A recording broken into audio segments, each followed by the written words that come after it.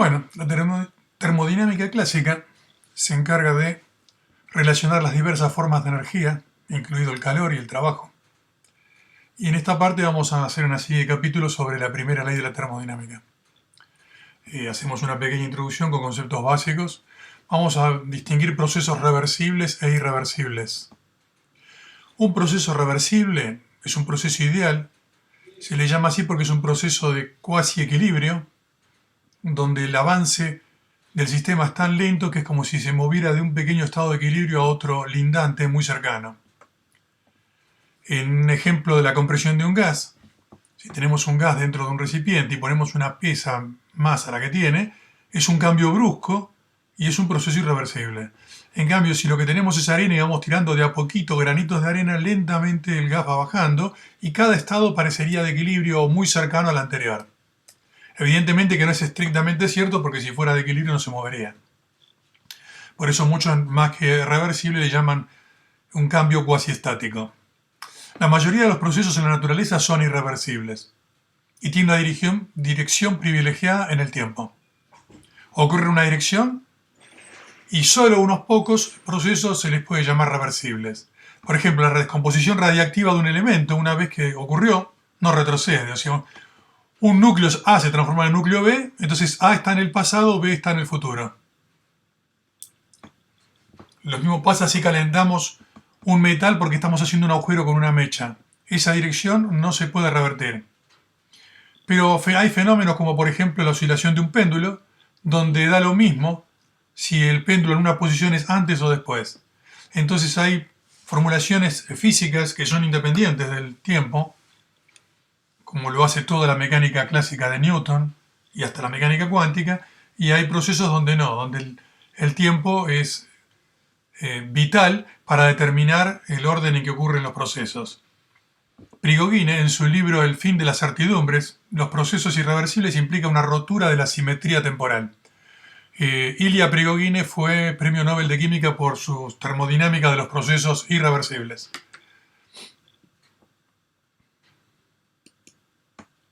Vamos a hablar de trabajo de volumen, lo que se suele llamar trabajo de expansión y compresión de gases. Y primero hablemos de la convención. La convención que se adopta hoy es la vieja convención de Planck, se le llama convención egoísta de Planck. Todo se mira desde el punto de vista del sistema. Si el calor es una forma de energía y el trabajo también, si el calor penetra en el sistema, es positivo, lo mismo que el trabajo que podemos entregar nosotros desde el medio exterior hacia un sistema, eso es positivo porque estamos dando energía al sistema. Y si el sistema pierde calor es negativo y si pierde trabajo es negativo. O sea, cuando un sistema es una máquina que entrega trabajo al medio ambiente, ese trabajo es negativo. Cuando un gas se expande, está haciendo trabajo sobre el entorno. Entonces, en el caso que está acá, el trabajo es negativo. Vamos a tratar de deducir la fórmula de trabajo. La presión que importa acá es la presión exterior que soporta el gas, o sea, es una fuerza exterior sobre el área. En un émbolo tenemos el gas encerrado, A es el área del émbolo, una fuerza exterior, dividido el área es la presión exterior. Un pequeño cambio de trabajo es menos la fuerza exterior por el cambio de posición. Si se comprime con una fuerza exterior, se produce un diferencial X en la altura del nivel de la tapa del cilindro, el émbolo, y eso produce una rebanada de cambio de volumen. Esto sería el cambio de volumen, o sea, un área multiplicada por un diferencial de altura da un diferencial de volumen. Este es el cambio de volumen que ocurrió al comprimir. Entonces, fuerza exterior, le ponemos signo menos porque ¿qué ocurre? Ahora cuando veamos la fórmula final nos vamos a dar cuenta que es obligación poner un signo menos para que se cumpla esta convención de signos. Por ahora dejemos presión, vimos que es fuerza sobre área. Entonces, fuerza es presión exterior por área. Entonces, acá donde dice fuerza, ponemos presión exterior por área. Y área por diferencial X es diferencial volumen. Entonces, un pequeño trabajo es igual a menos la presión exterior por el cambio de volumen. Para una transformación de un punto 1 a un punto 2, en estado 1 a 2, el trabajo es la integral entre 1 y 2 de menos la presión exterior por diferencial volumen. Esta es la forma de definir el trabajo de volumen.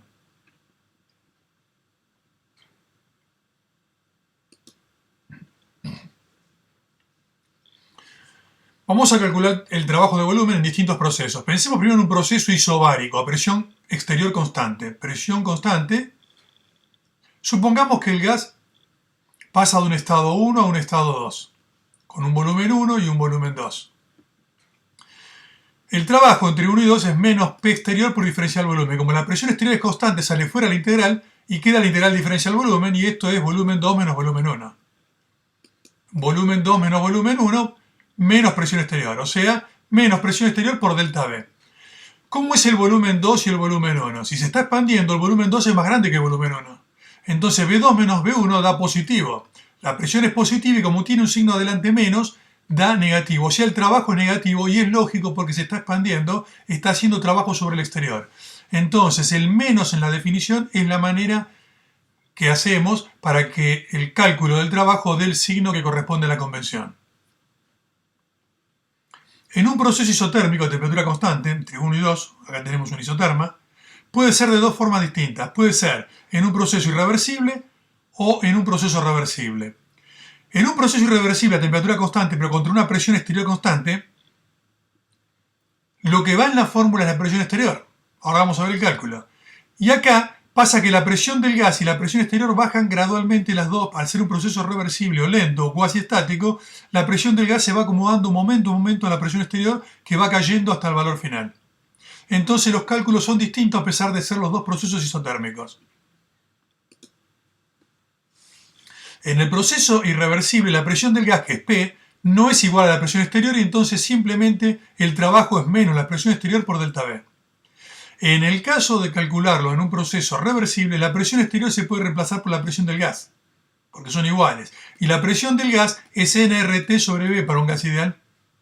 Por lo tanto, nRT sale fuera de la integral porque es constante, nR y T, estamos a temperatura constante, y queda la integral diferencial V sobre V, y esto es logaritmo. Entonces logaritmo de V en el valor superior menos logaritmo de V en el valor inferior. Pero la resta del logaritmo es logaritmo del cociente. Entonces logaritmo de V2 sobre V1.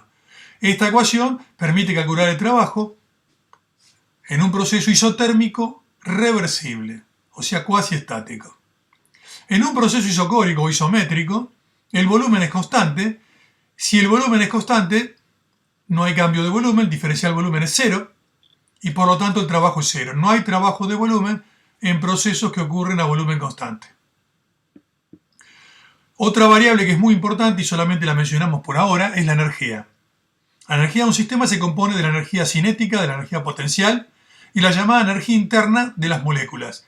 Las moléculas se trasladan, rotan, vibran, a veces también energía electrónica si las energías son muy altas. Entonces, la energía de un sistema es la suma de la potencial, la cinética y la energía interna. Nosotros, en termodinámica, no vamos a pensar que un tanque o un cilindro con un gas va a estar a una cierta altura para que tenga energía potencial, ni moviéndose en un avión o en una motocicleta para sumar energía cinética. Vamos a suponer que estos dos son cero y vamos a trabajar con la energía directamente, la energía interna de las moléculas, que es lo que nos interesa dentro del recipiente. Más allá de la energía adicional que le pueda aportar el movimiento o la altura que tenga ese tanque o ese cilindro en algún punto de la Tierra. Entonces la energía interna básicamente es la suma de la energía de traslación, las moléculas se trasladan, de rotación, si es una molécula que tiene por lo menos dos átomos puede rotar, si es monoatómica tipo helio, no. Y vibración lo mismo, si es una molécula que tiene dos átomos puede vibrar. Son los tres tipos de energía que están involucradas en la energía interna de las moléculas. Moléculas monoatómicas, como son los gases nobles, el helio, el neón, el argón, solamente tienen energía de traslación. Las moléculas poliatómicas ya tienen rotación y vibración. Vamos a estudiar las capacidades caloríficas. El calor es una forma de energía térmica. Se usó mucho tiempo la caloría para expresar la unidad del calor. Hoy se mide en Joule. Como cualquier otra forma de energía, se unificaron todas las formas de energía y trabajo, se expresan en el sistema internacional en Joule. Newton metro es igual a Joule. La equivalencia es que una caloría son 4,184 Joule. Tengámoslo en cuenta siempre, pero acá vamos a trabajar siempre en unidades internacionales. El calor específico se refiere a cuánto calor hay que suministrarle a un gramo de sustancia para que su temperatura aumente 1 grado. Aumentar 1 grado es en Celsius o en Kelvin es lo mismo. Por ejemplo, si yo aumento 1 grado de 20 a 21 grados Celsius, estoy pasando de 293 a 294 Kelvin, también es un aumento de 1 Kelvin. Entonces, el calor que necesito para que aumente 1 grado, 1 gramo de sustancia, es lo que se llama calor específico. Varía con la temperatura, no es lo mismo calentar de 20 a 21 que 40 a 41 o 85 a 86. Entonces, en general el calor específico hay que determinar a qué temperatura se expresa. Generalmente a 25 o 20 grados se tabulan los valores.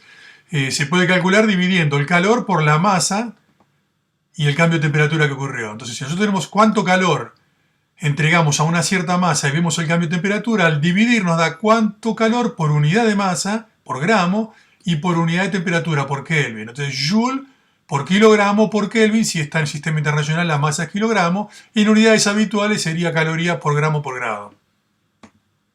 Por ejemplo, el calor específico del agua en las unidades tradicionales es 1, porque justamente por la definición de caloría, 1 gramo de agua necesita 1 caloría para aumentar 1 grado. La capacidad calorífica a secas, o sea, no específica, es una propiedad total del sistema. Entonces depende de la masa del sistema, es una propiedad extensiva, porque es la cantidad de calor que necesito para que aumente 1 grado la temperatura de un sistema. Pero si el sistema es 1 kilo, necesito una cierta cantidad de calor, y si son 10 kilos, necesito 10 veces más. Entonces es una propiedad extensiva. Es cuánto calor para producir un cierto cambio de temperatura, aproximadamente Q sobre delta T, y me da cuánto calor por cada grado. Entonces, en el sistema internacional es Joule por Kelvin o Joule Kelvin menos 1. La capacidad calorífica molar, a presión constante, nosotros los calentamientos los hacemos en la atmósfera a presión constante, molar porque en lugar de referir como la específica por unidad de masa, la referimos por unidad de cantidad de sustancia, por mol. Es cuánto calor necesitamos para que un mol de sustancia aumente 1 grado Celsius o Kelvin su temperatura. Entonces se pone diferencial Q sub P, indicando que esa presión constante se divide por los moles N y por el diferencial T el cambio de temperatura. Esto da Joule por mol por Kelvin. La capacidad calorífica molar a volumen constante es lo mismo, es cuánto calor hay que entregarle a un mol de sustancia mantenido a volumen constante, o sea, no se puede expandir, para que aumente 1 grado. Es diferencial Q, pero a volumen constante, sobre los moles, diferencial T. Las unidades son las mismas. En general, para sólidos y líquidos no hay mucha diferencia entre calentarlo a volumen constante y a presión constante, pues los cambios de temperatura no producen mucho cambio de volumen en un sólido ni en un líquido, pero sí en los gases. Entonces, el Cp es mayor que el Cv y lo vamos a estudiar con detalle más adelante. Y vamos a ver una de las 3 leyes importantes de la termodinámica, la primera ley de la termodinámica, también conocida como el primer principio de la termodinámica. Principio que se relaciona con la conservación de la energía y al cual no se ha encontrado violación al principio jamás. No hay excepciones a este principio. Y establece esto, que el cambio de energía interna que experimenta un sistema, o sea el delta U, es igual al calor más el trabajo que intercambia con su entorno. Pensémoslo fácil, si tenemos un sistema, ¿por qué puede aumentar su energía interna a las moléculas? Porque les estamos entregando calor o le estamos entregando trabajo. Hay 2 maneras de que las moléculas se muevan más rápido, calentarlas o entregar trabajo. Por ejemplo, comprimiendo un gas en un cilindro, reduzco el volumen y aumenta la frecuencia de choques, o sea, aumenta la energía interna y la temperatura. La energía interna está relacionada con la temperatura del sistema. Entonces, si lo escribimos con un pequeño cambio, o sea, si lo que entran es una pequeña cantidad de calor, diferencial Q y diferencial W, que son inexactas estas diferenciales, eso es lo que va a producir un pequeño cambio, diferencial U en energía interna. El diferencial trabajo es menos P externa por diferencial B. Es otra forma de expresar la ley. A lo grande y sí, en un pequeño cambio y expresado en función del cambio de volumen. Observaciones. Para un proceso isocórico el trabajo es 0, porque no hay cambio de volumen. Si el trabajo es 0, delta U es Q. W es 0, pero como es a volumen constante se le pone Q sub B. Entonces, Q sub B, el calor a volumen constante, es el cambio del delta U. Es un detalle interesante. El calor a volumen constante es una medida del cambio de energía interna. Para un proceso adiabático, el calor de intercambio es 0. Y si el calor es 0, delta U es igual a W. En procesos adiabáticos, los cambios de energía interna se deben únicamente al intercambio de trabajo. que reciba o que pierda el sistema. Esto es simplemente la primera ley. No es complicado, lo que pasa es que se utilizan muchísimos problemas y ya vamos a ir viendo este entramado complejo.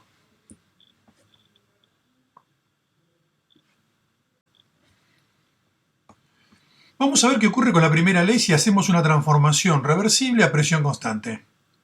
Si la presión es constante, la presión es igual a la presión exterior. Entonces en la ley que tenemos acá, diferencial U es diferencial Q menos P exterior por diferencial B, podemos poner la presión del gas, que es la presión constante, y diferencial Q le ponemos un subíndice P para indicar que es a presión constante el calor. Despejando diferencial Q sub P, esto es diferencial U más P diferencial B. Integramos miembro a miembro. Recordemos que el diferencial Q es una función que no es de estado. Cuando la integramos nos da un delta, sino que da un Q. Entonces integramos entre un estado inicial 1 y final 2 todos los términos. P es constante, sale fuera la integral. Y nos queda la integral diferencial Q es Q sub P. El diferencial U integrado es U2 menos U1. Y acá es P por B2 menos B1, que aplicando distributiva es PB2 menos PB1. Acomodamos, ordenamos un poco, Q sub P es igual U2 más PB2 en el primer paréntesis, y como acá están los dos negativos, U1 y PB1, ponemos el menos afuera y entre paréntesis ponemos los dos adentro positivos, U1 más PB1. Pero estamos viendo que tenemos algo en un paréntesis y otro paréntesis que son muy parecidos, solamente difieren en que este paréntesis está aplicado a un estado final y este está aplicado a un estado inicial. Si llamamos a U más P por B H, entalpía, esto sería un H2 menos un H1, o sea que el Q sub P, el calor intercambiado por el sistema a presión constante, es una variación de la función entalpía. Entalpía es una función de estado nueva, que es una combinación de variables conocidas, energía interna, presión y volumen. De esta forma, esta función, sus cambios, los cambios, una función de estado, depende de estado inicial y final, y su variación, su cambio, indica el calor absorbido liberado. Si el proceso es a volumen constante, el calor a volumen constante ya vimos que es el delta U. Si es un pequeño cambio, es un diferencial U. Acá lo mismo, si es un pequeño intercambio de calor a presión constante, es diferencial H. Para comprender un poco mejor las capacidades caloríficas es necesario tener idea de las moléculas y su energía interna, energía molecular. Pensando en moléculas monoatómicas como los gases nobles, es muy simple. Una molécula tiene tres direcciones para desplazarse, los tres ejes, X, Y y Z, así que solamente tiene tres direcciones de traslación, como cualquier molécula. Si la molécula es diatómica, tipo hidrógeno, dinitrógeno, dioxígeno, óxido nítrico, cloruro de hidrógeno, la molécula puede tener rotación y vibración.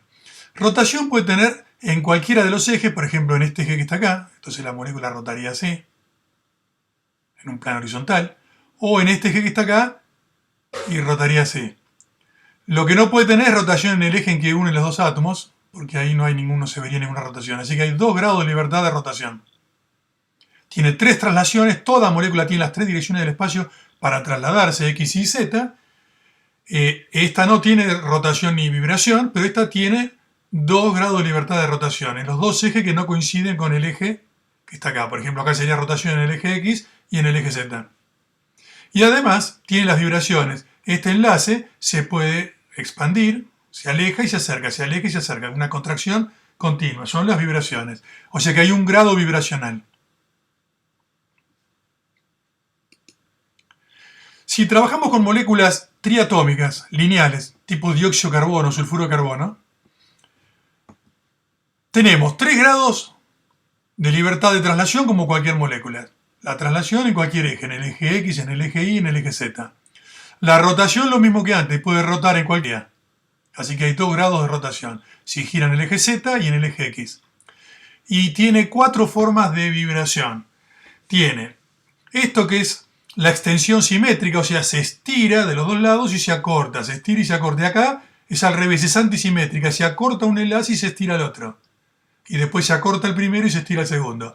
Y esto que son las flexiones, que puede ser que flexione tipo tijereteo, con los dos enlaces iguales y acortándose en los enlaces. Así que hay 2 formas de flexión, son 4 formas de vibración, hay 2 rotaciones y 3 traslaciones. Y por último, moléculas triatómicas no lineales como puede ser el agua, el dióxido de azufre. tenemos, por ejemplo, acá oxígeno, hidrógeno, hidrógeno, tiene un cierto ángulo. Bueno, en este caso existe la rotación en cualquiera de los tres ejes. Hay 3 grados de libertad de rotación, en el eje Y o en el eje Z.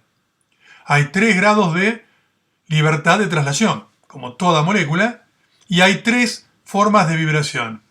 La extensión simétrica, cuando se estiran y se acortan al mismo tiempo los dos enlaces, la flexión o tijereteo, y la extensión antisimétrica, uno se acorta, el otro se estira.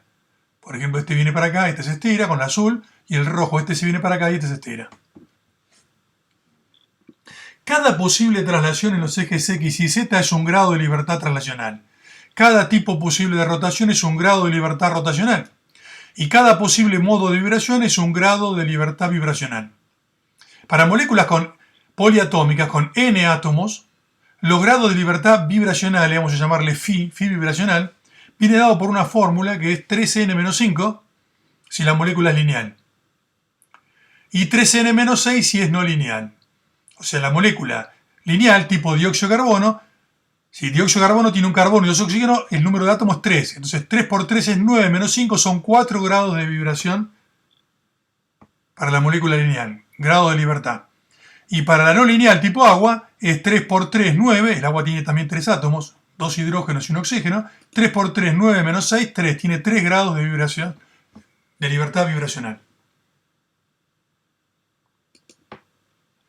Resumiendo en un cuadro, tipo de molécula monoatómica, ejemplo el helio. N, un solo átomo, tiene 3 grados de libertad traslacional y no tiene rotaciones ni vibraciones posibles. Por lo tanto, los grados de libertad total son 3. Una molécula diatómica tipo cloruro de hidrógeno, hidrógeno chiquito, cloro grande, tiene número de átomos 2, tiene 3 grados de libertad traslacional, como todas, pero tiene además 2 grados de rotación, son los ejes que no coinciden con el eje de simetría de la molécula, y 1 grado vibracional, solamente vibra. Por lo tanto, 3 y 2, 5 y 1, 6 son 6 grados de libertad totales. Una molécula triatómica lineal, como el dióxido de carbono, tiene 3 átomos, tiene 3 grados de libertad traslacional, tiene 2 rotaciones, 4 vibraciones. Esto da 9 grados de libertad. Y una molécula angular tipo agua, también tiene 3 átomos, tiene 3 grados de libertad traslacionales, tiene 3 de rotación, todos los ejes pueden servir como eje de rotación, y tiene 3 de vibración. Entonces también son 9. Tengamos en cuenta esto a partir de ahora.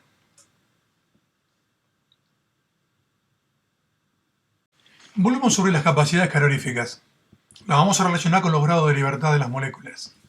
El Cb, por definición molar, es 1 sobre n, 1 sobre el número de moles, por el pequeño cambio de calor a volumen constante que produce un pequeño cambio de temperatura. Pero el diferencial Q sub B, calor a volumen constante, dijimos que era el diferencial de la función de estado U, energía interna. Entonces, la derivada de U respecto de T, si pasa multiplicando n, es n por C sub B. Pero C sub B es la capacidad calorífica por mol, la capacidad calorífica por mol por el número de mol y la capacidad calorífica total. Por lo tanto, la derivada de U respecto a la temperatura nos da la capacidad calorífica a volumen constante. Para un mol de gas ideal vimos que la energía interna era 3 medios de RT. Si hacemos la derivada de 3 medios de RT, la variable es T, la variable independiente, es la constante 3 medios de R por la derivada de T. Pero la derivada de T, si T es la variable independiente, es 1. Entonces esto da 3 medios de R. Y la derivada de U respecto de T, acabamos de ver que C sub B es 3 medios de R. Vimos nosotros que por cada grado de traslación había un medio de RT. O sea, la energía de traslación de la molécula es un medio de RT en el eje X, un medio de RT en el eje Y, un medio de RT en el eje Z. Por lo tanto, es 3 medios de RT. El C sub B, por lo tanto, es 3 medios de R porque es un medio de R por cada dirección en el espacio. En general, por cada grado de libertad rotacional, también el aporte es un medio de RT como en la traslación. Pero en las vibraciones, la mecánica cuántica muestra que el aporte que produce a la capacidad calorífica es un RT, no un medio de RT, sino un RT. Entonces, la energía de la molécula, la energía interna, es la suma de todas las componentes. Es lo que aporta cada grado de libertad traslacional, que es un medio de R, por los grados de libertad traslacionales, que siempre son 3. Después tenemos un medio de RT por cada grado de rotación, de libertad de rotación, se multiplica por los grados de libertad, Y tenemos RT por cada grado de vibración. Las vibraciones se hacen evidentes solamente a partir de los 1000 Kelvin. Entonces, a temperaturas cercanas al ambiente, cercanas a 298 Kelvin, se trabaja generalmente con traslaciones y rotaciones. Las vibraciones a temperaturas muy altas. Y a temperaturas por debajo de los 100 Kelvin solamente traslaciones. Eso hay que tenerlo en cuenta. Entonces, para nosotros, en cálculos habituales, la energía interna estaría dada por las traslaciones y las rotaciones de las moléculas. Si queremos trabajar a temperaturas altas, hay que sumar el término de las vibraciones. Entonces analicemos. Los grados de libertad traslacionales valen siempre 3. Entonces la energía de traslación es 3 veces un medio de RT, es 3 medios de RT. Los grados de libertad rotacionales para gases monoatómicos es 0, entonces la energía de rotación es 0. Para moléculas diatómicas tiene 2. Molécula diatómica tiene 2. Entonces 2 veces un medio de RT es RT. Y para moléculas poliatómicas lineales, los grados de libertad rotacionales son 2. 2 veces un medio de RT también es RT. O sea que es lo mismo molécula diatómica que molécula poliatómica lineal. Y las moléculas angulares, los grados de rotación son 3. Entonces 3 medios de RT. Recordemos que CB es la derivada de U respecto de T. Entonces para un gas monoatómico, el CB es la derivada de U respecto de T. Entonces, el monoatómico solamente tiene 3 medios de RT. Cuando derivamos respecto de T, es la constante 3 medios de R y nada más. Un gas monoatómico, el CB es 3 medios de R. Para un gas diatómico, el CB es la derivada de 3 medios de R por traslación y un RT, acá lo vemos, un RT por la rotación. Entonces, 3 medios de R más R. Cuando derivamos, el primer término es 3 medios de R por la derivada de t que es 1, y cuando derivamos acá la constante de R por la derivada de t que es 1. Entonces 3 medios de R más R. 3 medios de R más R son 2R, 5 medios de R. El gas diatómico tiene 5 medios de R. Un gas poliatómico lineal es igual porque lo que aporta rotación es RT, entonces da 5 medios de R. Y un gas poliatómico angular es 3 medios de R la traslación y 3 medios de R la rotación. Entonces la derivada cada 3 medios de R más 3 medios de R, esto da 6 medios de R, lo que es 3R. Así que tenemos una forma sencilla de saber las capacidades caloríficas para gases ideales, monoatómico, diatómico, poliatómico lineal, que es lo mismo que diatómico, y el poliatómico angular, que ya cambia. Es un poco más grande. Y vayamos ahora con las capacidades caloríficas a alta temperatura. A alta temperatura hay que considerar las vibraciones. Entonces hay que agregar la energía de vibración, que es el grado de libertad de vibración por RT. Entonces la vibración en moléculas monoatómicas, el grado de libertad es 0. Entonces no hay vibración. Para moléculas diatómicas hay un solo grado de vibración, de libertad. Entonces es 1 RT. Los grados de libertad vibracionales para moléculas poliatómicas lineales es 4, entonces es 4 RT. Y para moléculas poliatómicas no lineales los grados de libertad son 3, entonces es 3 RT. Ahí tenemos los 3 valores. Entonces las contribuciones al CB. Moléculas monoatómicas 3 medios de R, la vibración no existe. Para las moléculas diatómicas, las 5 medios de R hay que sumarle, a las diatómicas hay que sumarle un RT de vibración, entonces son 7 medios de R, el C sub B. Para las moléculas poliatómicas lineales tenemos 5 medios de R, pero tenemos que sumarle 4R. Entonces 4R más 5 medios es 13 medios de R, o sea 6,5 R. Y para moléculas poliatómicas no lineales hay que sumarle 3R, acá está 3R, y eso da 6R. No es para aprenderlo de memoria, sí para razonarlo. Igual esta parte, digamos, es ya para exquisitos, para quien quiere trabajar con un gas a temperaturas muy elevadas. A temperaturas cercanas a la temperatura ambiente, menores que 1000 Kelvin y mayor que 100 Kelvin, entre 100 Kelvin y 1000 Kelvin, toda esta parte no se toma en cuenta. Entonces moléculas monoatómicas 3 medios de R, diatómicas 5 medios de R, no hay vibración, y las poliatómicas lineales lo mismo, 5 medios de R, y las poliatómicas no lineales es 3R, para no complicarnos la vida. Y acá vemos un diagrama de los CB en función de la temperatura. Arriba de los 100 Kelvin, por debajo de los 100 Kelvin solamente hay traslaciones para cualquier tipo de gas, y es 3 medios de R. El monoatómico siempre es 3 medios de R, es el azul. Bueno, ¿qué pasa con los gases diatómicos? Comparemos con un diatómico ahora.